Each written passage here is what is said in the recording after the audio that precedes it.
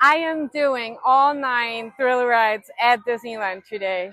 No single rider, no lightning lane. There will be a plan, but key will be to pivot fast and adjust if needed.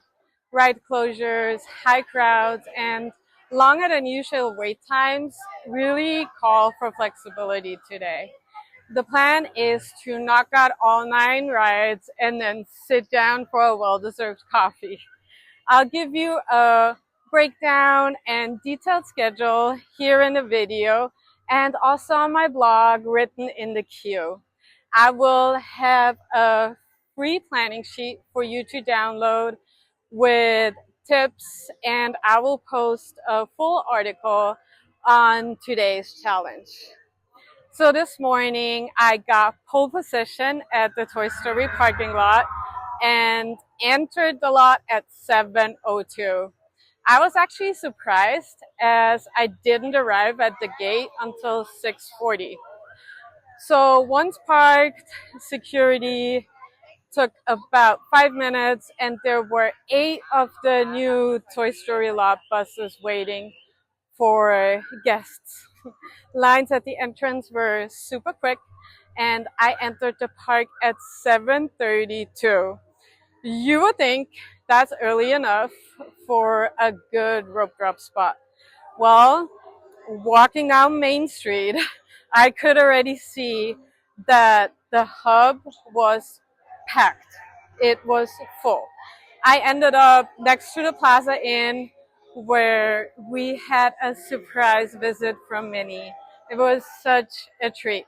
I then arrived at Space Mountain entrance at 8:02 and started my timer for the challenge.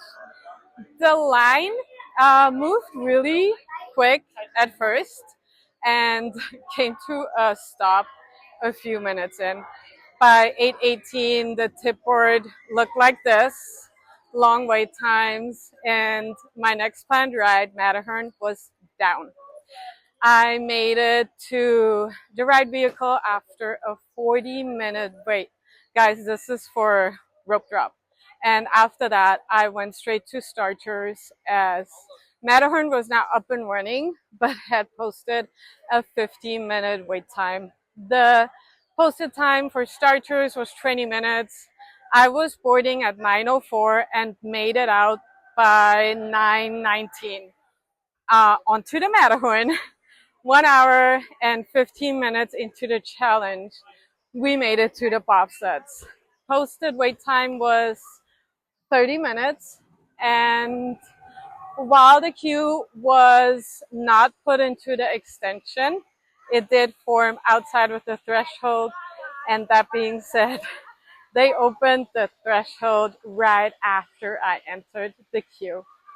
So let's do a quick mid-morning tip board check-in while I waited in the Matterhorn queue.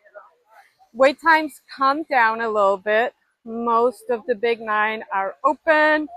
Only Tiana was temporarily closed. I'll still adjust as I go. So also for you, always make sure to keep an eye on the tip board and adjust your plans if necessary. If there are rides with lower wait times close by, snatch it, enjoy, and cross it off the list.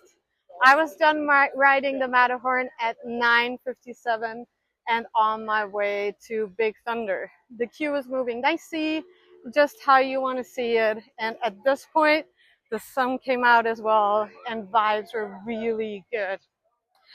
So after 2 hours, I had knocked out 3 rides, almost halftime, and it only took me 20 minutes to the Big Thunder ride vehicle, which was a really nice surprise. I got out of the ride at 10:30, and you notice a gap. I had to meet the Disneyland ducks. They were just the cutest, and at that time, it was also getting hot, so I was ready to cool off. And as I was close by, I hit up Tiana's next. The weighted post time was 45 minutes. And the queue seemed a little bit sticky at first, but started to move really quick. It ended up being a 30-minute wait, and I was done with Tiana's at 11:30. This time round, I also brought a poncho to keep me dry, as Tiana's is a whole new level of water right now. At this time, wait times were generally long, and Rise of the Resistance was down, so I opted for Indiana Jones. And even the Pirates of the Caribbean queue was wrapping around the bridge. So I got myself into the queue, enjoying the shade and indoor queue. I am now almost 4 hours in and looking forward to my last few rides and coffee afterward. I made it to Rise at the Resistance at 12:40, and as it opened a few minutes before I got there, the queue is what I would have thought wouldn't get any shorter during the day. It had a posted wait time of 65 minutes, and most guests of the park had been waiting for that ride all day. So the queue was moving super fast and smooth, and I had a feeling that this one might end up being faster than 65 minutes as well. And I was right. It only took me 18 minutes to the pre-show, and I was out of the ride at 1:17 and on to Smuggler's Ride.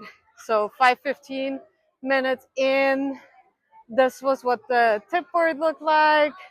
Long waits for Matterhorn, Space Mountain, and also Tiana's. I met the Mandalorian on the way to Smuggler's Run, my second to last ride for all the Disneyland thrill rides. I had the Gadget Coaster in Toontown left after all, and I entered the Smuggler's Run queue at 1:23, and Lightning Lane guests definitely slowed down the queue a lot. I was still a good amount away from the Millennium Falcon at 50 minutes, the posted wait time.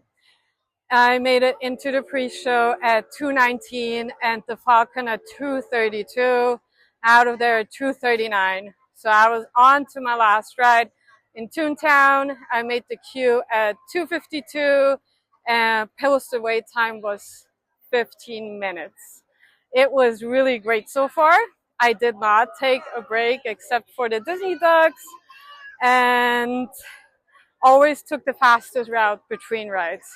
The park is crowded, hence getting all 9 thrill rides done before lunch precisely at 3:13 and 7 hours and 9 minutes after I started was great. Now on to coffee.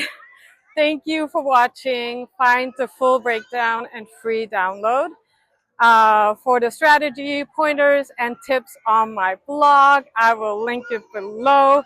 You can also find guides, cast member interviews, and the more quiet side of the parks on my blog. Have a wonderful day, and I see you in the queue.